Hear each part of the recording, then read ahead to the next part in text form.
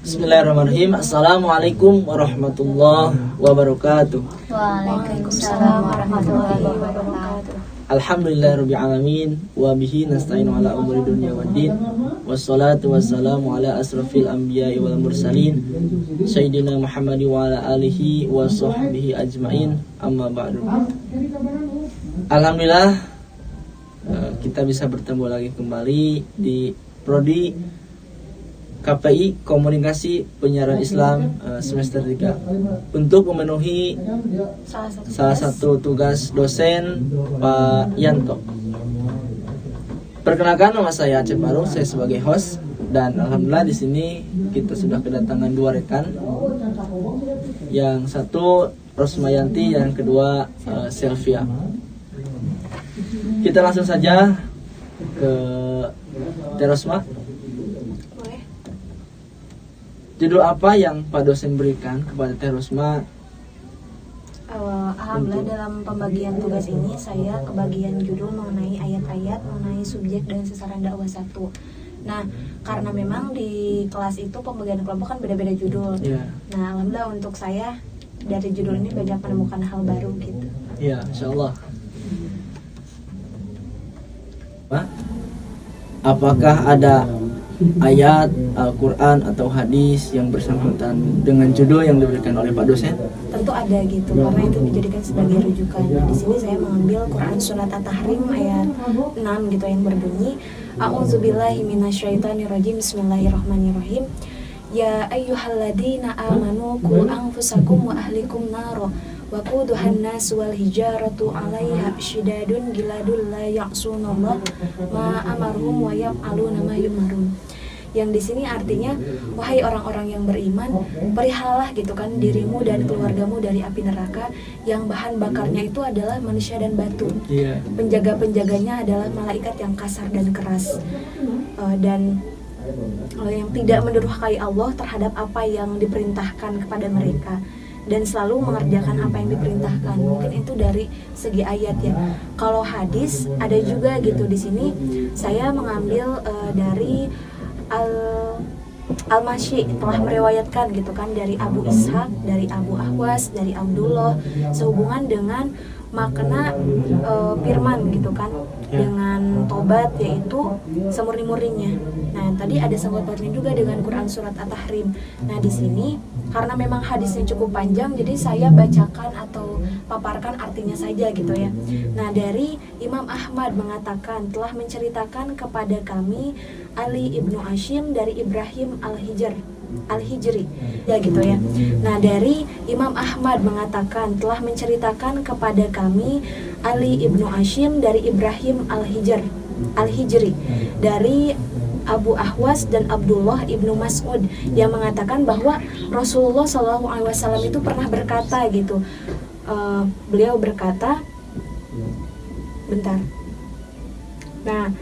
beliau pernah bersabda gitu, tobat dari dosa ialah bila seseorang bertobat darinya kemudian tidak mengulanginya lagi gitu. Ada bahasa dari kita tuh jangan tobat sambal, udah ngelakuin dosa, udah tobat dilakuin lagi.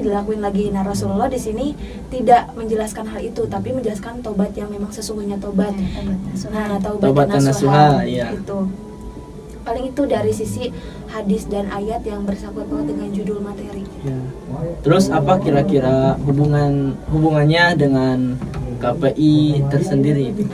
Nah, kan KPI itu singkatan dari Komunikasi dan Penyiaran Islam, di mana di Stainu ini kita gitu kan yang menjadi calon-calon pendakwah atau dai-dai muda itu diharapkan kedepannya bisa mengamalkan apa yang sudah diajarkan di Stainu, tidak terpaku kepada materi yang saya paparkan barusan gitu. Apapun yang kita dapatkan, terkhususnya yang berhubungan dengan ilmu dakwah, kita coba sampaikan dengan metode-metode dakwah yang sudah kita pelajari. Kemudian jika disangkut pautkan dengan zaman di mana kita sekarang hidup di era globalisasi, di era di mana semuanya serba canggih dan sudah serba mudah, kita manfaatkan ruang-ruang ataupun alat yang memang sudah ada gitu. Kayak sekarang nih, podcast ini bisa dijadikan sebagai metode dakwah gitu, media dakwah juga gitu untuk kita. Supaya apa? Supaya sasaran dakwah kita juga mudah untuk dijangkau, misalnya anak-anak muda gitu kan. Kemudian mudah untuk diakses juga, bisa dari internet, misalnya YouTube gitu Efektif kan, Facebook, juga, ya. efektif Ya. gitu sih paling menurut saya. Oke, sekarang kita beralih ke narasumber yang kedua, yaitu Teh Selvia. Untuk Teh Selvia, judul apa yang Pak dosen berikan kepada Teh Selvia? Nah, alhamdulillah pada kesempatan kali ini saya diberi judul tentang etika dakwah dalam etika berdakwah. Dakwah, ya. Ya.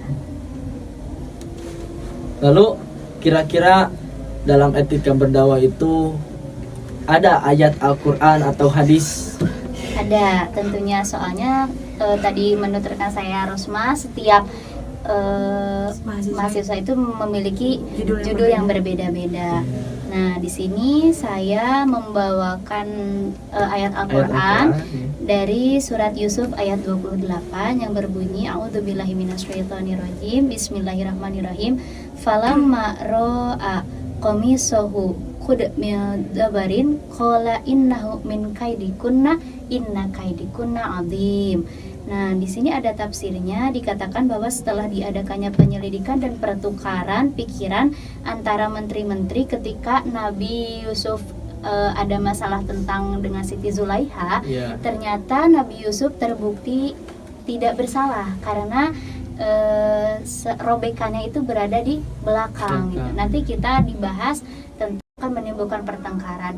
Jadi mungkin ini adalah rujukan untuk kita berhati-hati dalam berdakwah gitu. Tentunya banyak sekali etikanya dalam berdakwah itu sendiri. Ada ini ya, ada bahasa juga dakwah itu merangkul bukan Ya, memukul gitu ya, ya. ya. Ada berarti sangat banyak dengan etika dalam Ya, berdakwah. tentunya. Soalnya kan banyak ya sekarang ulama-ulama sekarang tidak dipungkiri banyak sekali ulama yang dengan kekerasan lah, dengan mengatasnamakan agama gitu kan. Ya. Tetapi sama sekali tidak berpengaruh kepada kejayaan Islam sekarang gitu kan. Ya, mengatasnamakan agama, menggembor-gembor agama, tetapi malah menimbulkan kerusakan, menimbulkan pertengkaran yang berbau syara. Ya, terutama harus berhati-hati Iya. dalam berdakwah. Iya, itu adalah salah satu hubungannya dengan KPI. Kita sebagai mahasiswa harus hati-hati. Ya, oke. Terima kasih dari kedua narasumber tersebut yang sudah memaparkan apa dari etika berdakwah bersama Terusma apa jadi Tadi mengenai subjek-subjek dan sasaran dakwah satu. ya subjek-subjek sasaran dakwah 1. Oke. Terima kasih kepada dua rekan yang sudah hadir dalam podcast ini. Kita tutup dengan doa Rabbana atina fid dunya hasanah wa fil akhirati hasanah wa qina ya subjek-subjek sasaran dakwah 1. Oke. Terima kasih kepada dua rekan yang sudah hadir dalam podcast ini. Kita tutup dengan doa Rabbana atina fid dunya hasanah wa fil akhirati hasanah wa qina adzabannar. Wassalamualaikum warahmatullahi wabarakatuh. Terima kasih. Bapak, Sok saya. Tapi abi ek uwi, HP-na